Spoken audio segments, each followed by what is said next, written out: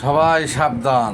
কারণ হয়েছে কি, রাস্তাঘাট আপনার আটতে পারবেন না বাবা খর গেলে গা, কেউ বয়ে থাকে ছুরি লিয়া, একলা পাইলেই আপনার অপহরণ করে টাকা ছিনতাই করে নিয়ে খাবে। কেউ থাকে খুল লইয়া, কেউ থাকে 4-5 জন লইয়া। পরিস্থিতি চলতেছে। আজকাল মানুষ কর্ম করে খাওয়ারছে, নাই কাম করে খাওয়ার মানুষ বেশি।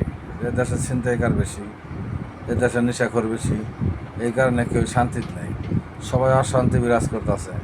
কিলা রাস্তায় আটবার গেলে মোবাইল লয়ে যায়, মানি ব্যাগ থাবাতে লয়ে যায়, মহিলাকে ভেন্ডি ব্যাগ লয়ে যায়, রাস্তায় গাড়ি লয়ে খাড়ায় থাকলে এনে চিন্তাই করে। এই হচ্ছে পরিস্থিতি বাংলাদেশের।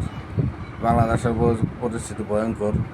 রাস্তাঘাটে ঠিকমতো চলা যায় না, হাঁটা যায় না, একলা কোনো চিবিতে যাওয়া যায় না। চিবিতে গেলে ডর করে এখন চিন্তা হইতে পারে। কী পরিস্থিতির ভিতরে আমরা আছি। সবাই ভালো থাকবেন, সুস্থ থাকবেন। আমি গাড়ি চালাই, আমি বুঝি যে কোন জায়গার কোনো পরিস্থিতি। সবাই ভালো থাকবেন, সুস্থ থাকবেন। ধন্যবাদ।